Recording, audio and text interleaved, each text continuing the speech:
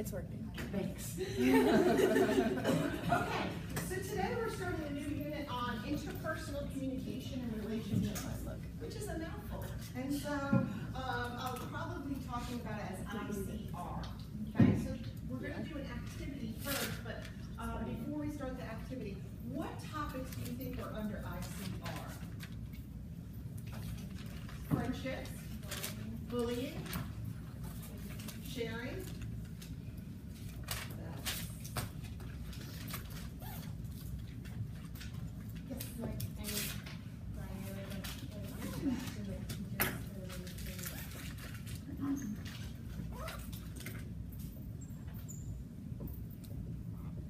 Interactions, friends, teachers. Okay, then you also said bullying. Okay, what else? Puberty. Puberty. Can't forget about that. Yes. Maybe like what makes like every child like unique almost. Okay.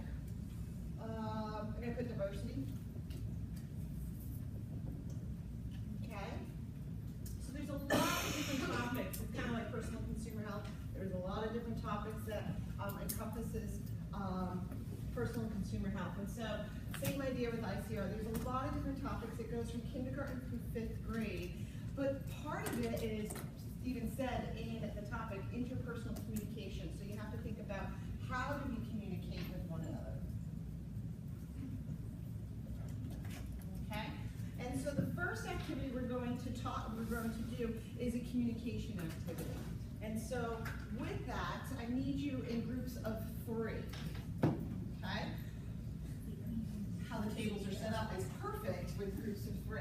One person is going to give the directions, so you don't need your computers at this time. You can put them down using technology. You do need a pencil or a pen. Choose in the group, choose one person to be the instructor giver, one person to be the observer, and one person to be the drawer. So here's a group of 3. Group of 3. Observer, a drawer, and an instructor giver. Yeah, I can see this.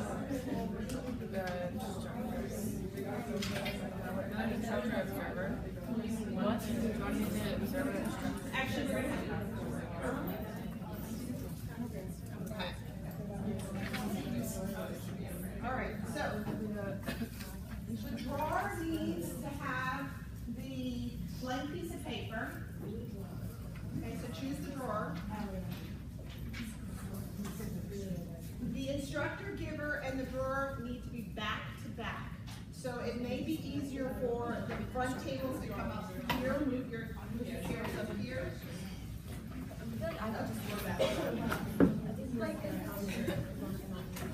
Yeah, no, I have to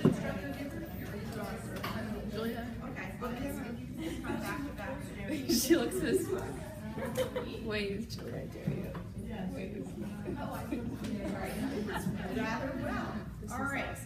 What I'm going to do is I'm going to hand out to the instructor giver a series of pictures. So who's the instructor? Okay.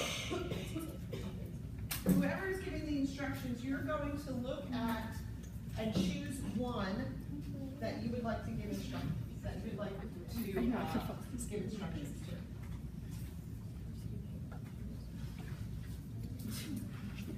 I made them more complicated.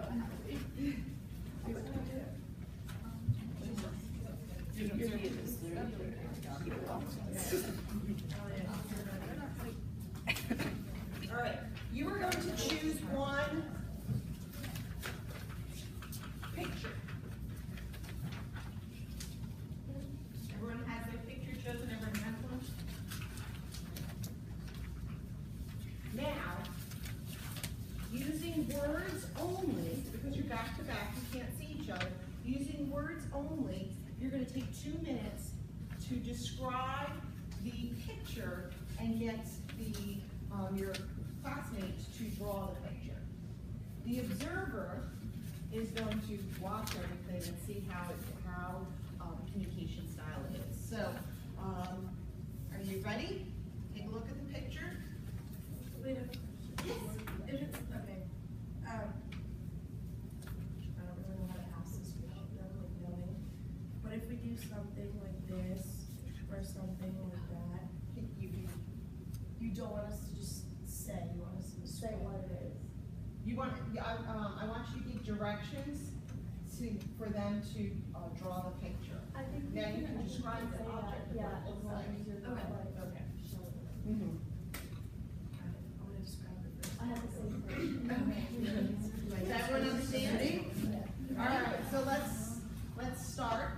So we just like describe what kind of draw.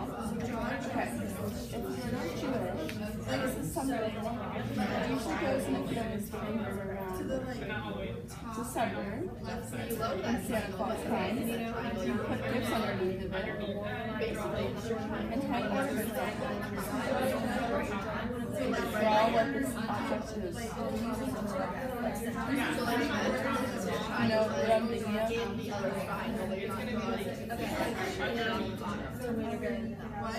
So like, down time, tap in the middle, we're gonna draw Just draw another. the It's the same size. And then pull up. And then look for that little class.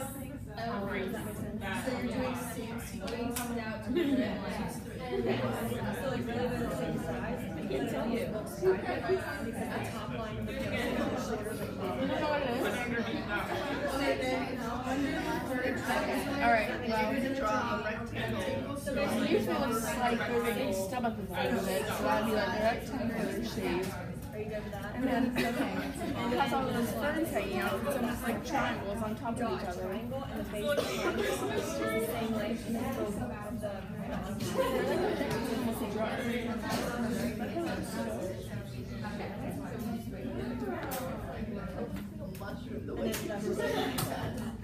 Okay. Alright. When you see the other thing, I was been so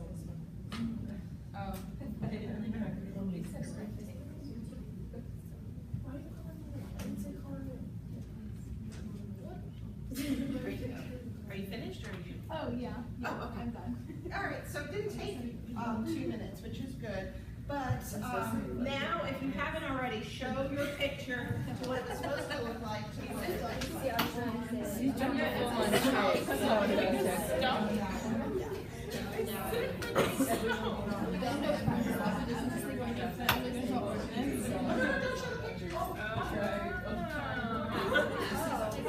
Just show the picture that you were describing.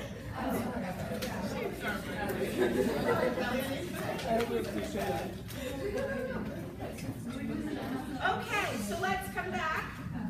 Who had the picture look exactly like? You had it exactly. She just colored it. You colored it? Oh, very good.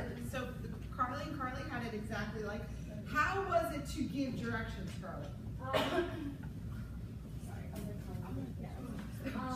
It was pretty easy because I just wanted like to draw, literally draw a Christmas tree, so that's what the shape looks like. And then since she like knew what like a trapezoid was, it's easy to make a triangle. So and like the other thing to make it the same was like the bottom line of each like had to be the same length. Okay, so you were able to use the terms that she would understand and then describe it so that she could draw knowing that she knew what a Christmas tree looked like. Yeah, but like hers was a little bit wider than stuff like this. That's okay. And so you, Kelly, you had it look similar, and so what directions did you give? Well, pretty much the same as Carly, we just use shapes. And then I tried to say like 3/4 the length of something, but that doesn't really work, so. Okay. All right, so trying to understand what you could describe and have her understand. All right, so who had it look very different? Somebody wants to. I guess ours was kind of. Okay. It was like very different. Like it was kind of. Okay, you have it looking like a Christmas tree, but it's interesting. Many of you chose. I think all of you chose the Christmas tree looking one. All right. you had it looking like a tree, correct? And what you envision a Christmas tree looking like. What directions did you give? I think I did it wrong. I was just like, this is what you, what if it's all around Christmas time? Like, I thought they were supposed to draw it and like without us telling what it is, but then I heard other people talking, so I was like, kind of draw a rectangle at the bottom and then 3 triangles on top of each other, but they're like stacked, so like the top, like the bottom 2 triangles wouldn't have the top of it. Okay. Okay, so those that were giving instructions out, what did you find difficult in giving the instructions? Not showing her the picture. Not showing her the picture. I'm gonna be like, oh, yeah, sure. Okay, so not being able to give Which is visuals. obvious, but yeah. Okay. What else was difficult? So Kelly, you had talked about how you were trying to say like half or 3/4, but that wasn't. Yeah, but like, you can't show it like, off the page, like. Well, because I couldn't show it like this big or something like that, Yeah. so I was just hoping that she kind of, you were talking with your hands too. I was like, she can't even see it. You're like, draw a triangle. I was like, why would you do it?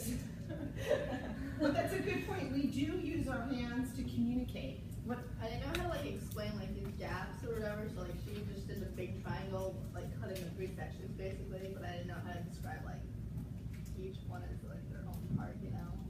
So trying to describe each section is difficult in not using your hands. So even when you think about when you are describing something, so many times you use your hands to describe how the paper looks or how the object looks. Those that were observing, what did you see as either issues or that you were kind of observing and watching and kind of like, yeah, this is, she's not understanding, or he's not giving the directions, she's not giving the directions. What did you observe? Just like I said, when like you're having trouble getting your point across, you start to like use your hands sometimes. So, which I mean, if you think about all of your teachers and how when you give presentations, when you're in front of a class, you're using your hands to communicate. What else do you use to communicate? Facial expressions. Facial expressions, body expressions, yes, I get it, and information such as that. Yeah, I was always like, all right, so then you make this line, this like, okay, she's like, does that make sense? And she's like, yeah, I think so. Like, I just Okay. Now, what if I had you just back to back so you couldn't see? What if I had it as the person that was drawing the picture couldn't talk? Okay. So Carla, you laughed. Why did you go, huh?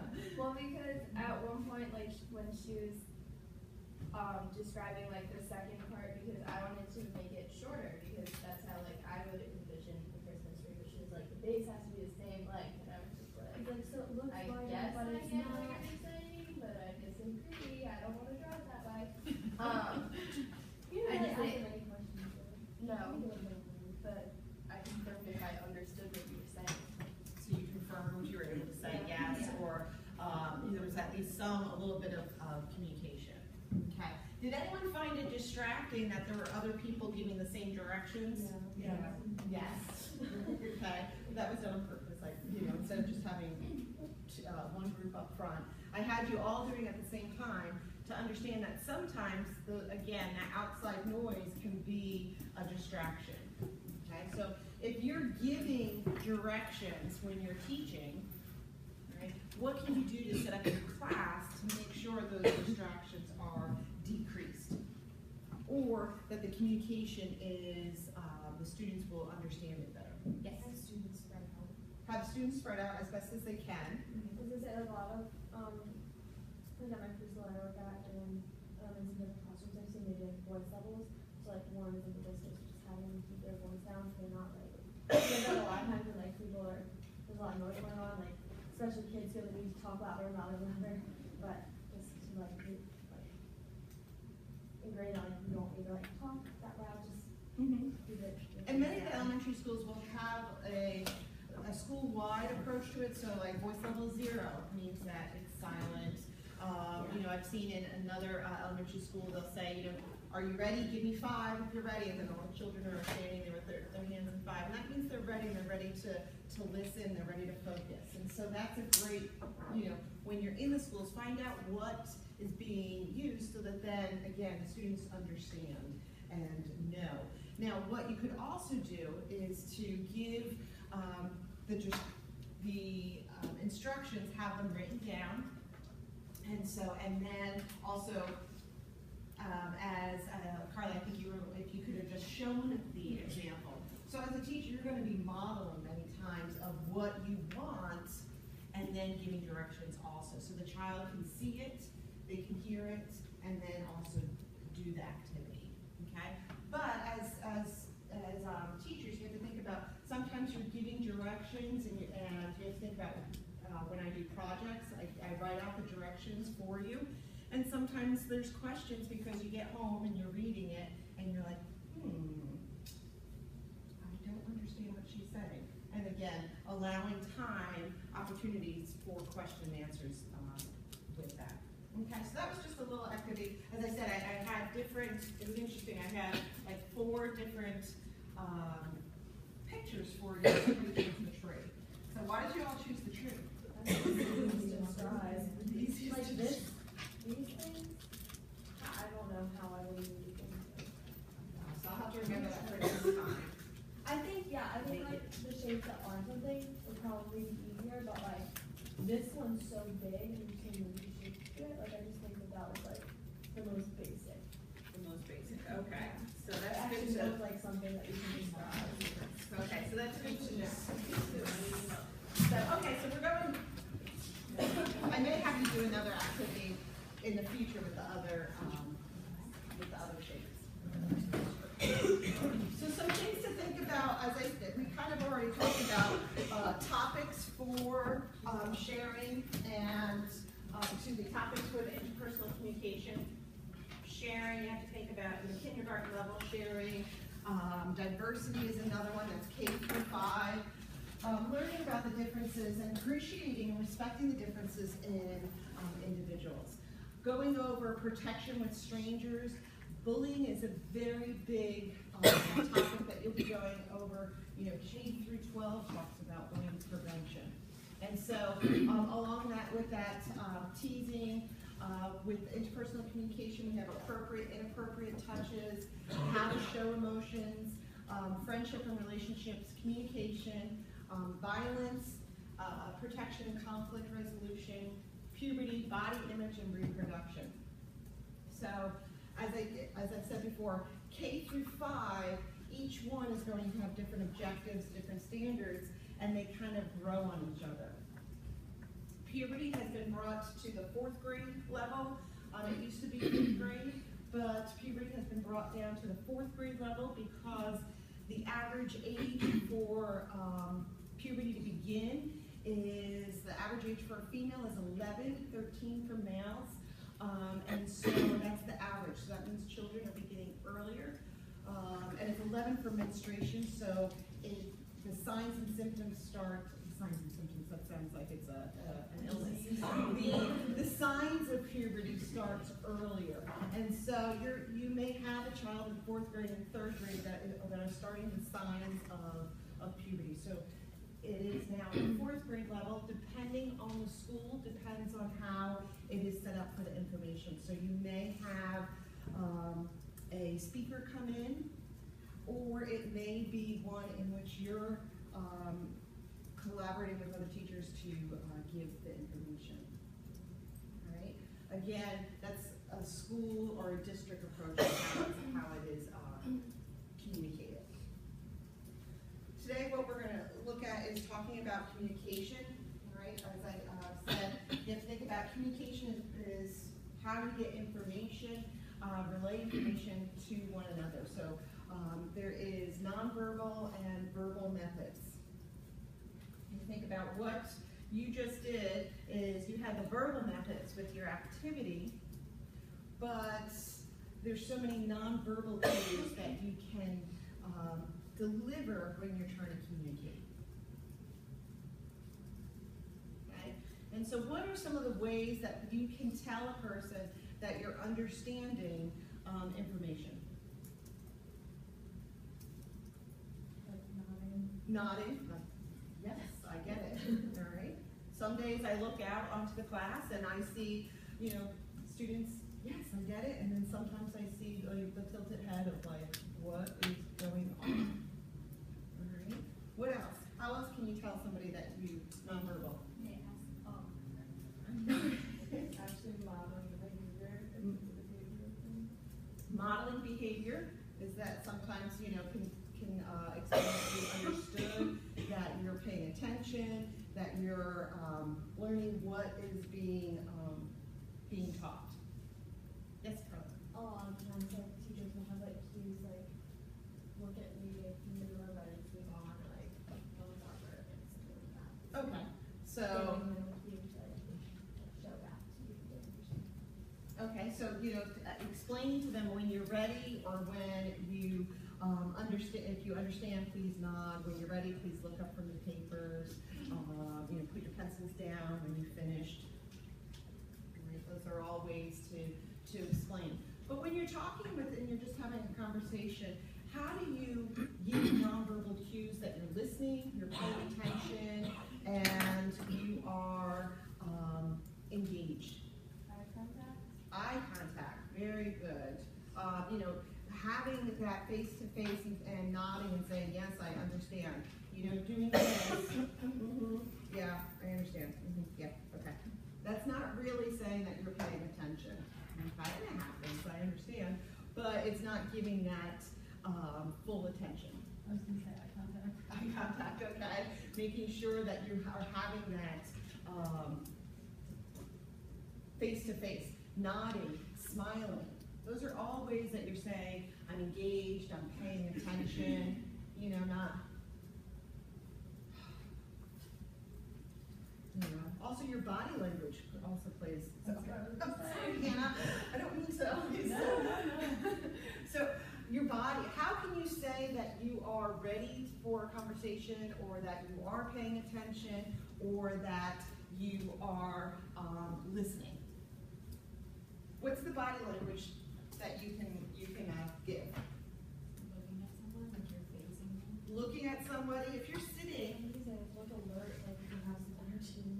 yeah, you're ready, you're in an open position, you're open to them, you're ready to listen. You know, it shows that you're paying attention. That really doesn't say like, wow, I'm ready to learn. You know, the head on the desk. That's not saying you're ready to learn, is it?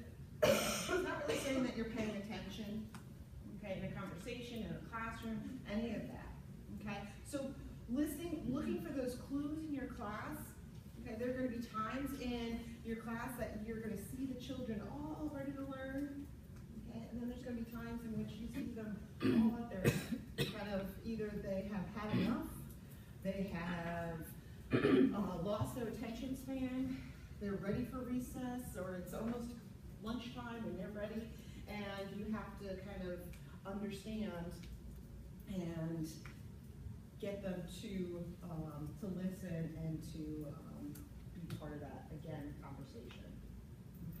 Okay? In your lifetime, you're going to look at these cues and nonverbal methods to understand how communication takes place. Okay, so we did the activity. I kind of got this backwards. So when you're thinking about communication, think about how you use your words, your movements.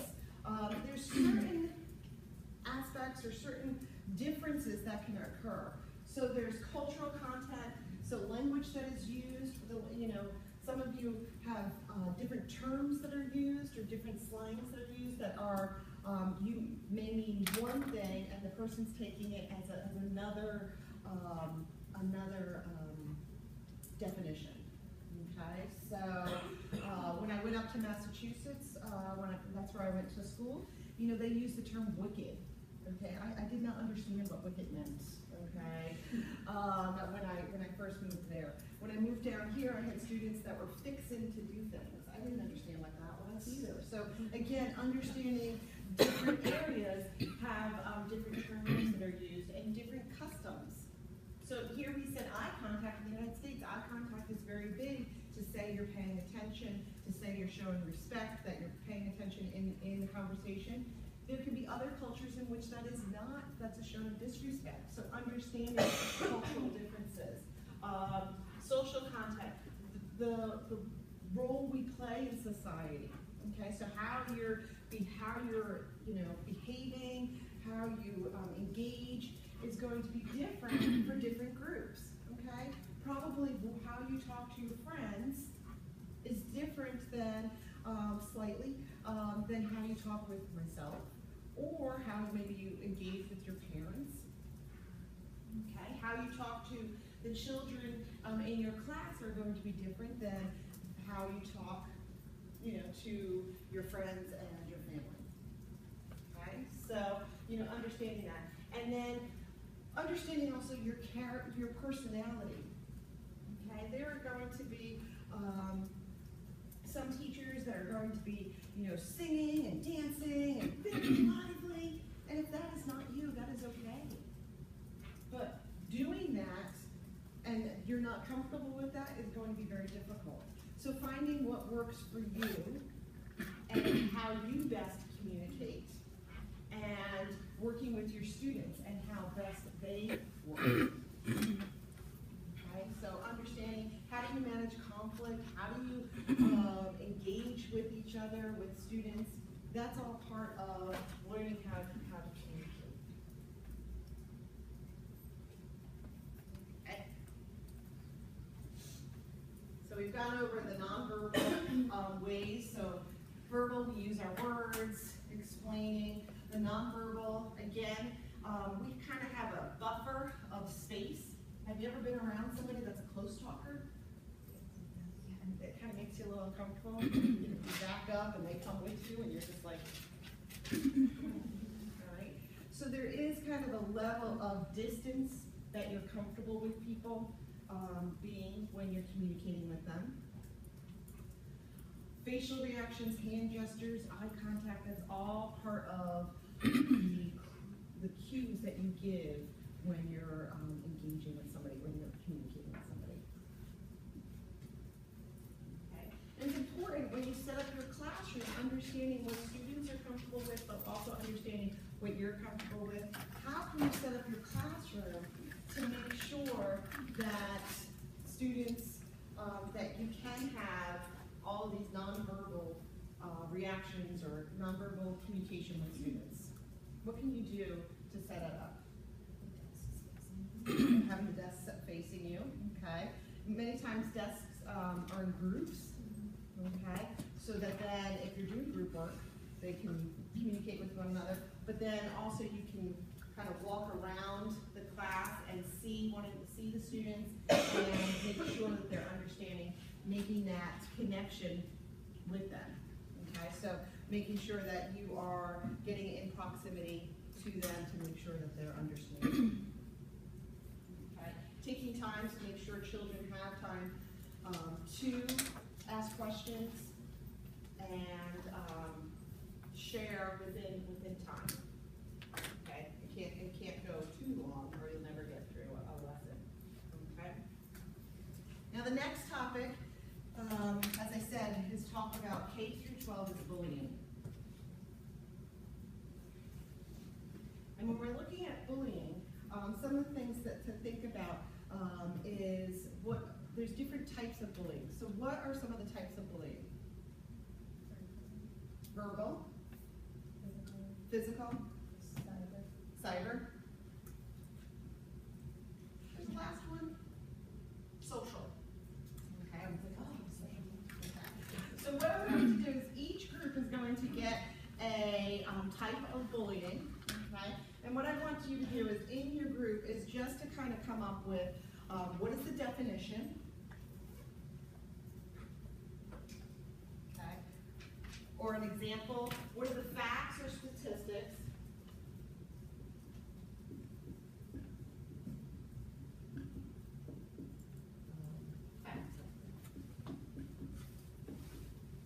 Who should they go to in case of bullying?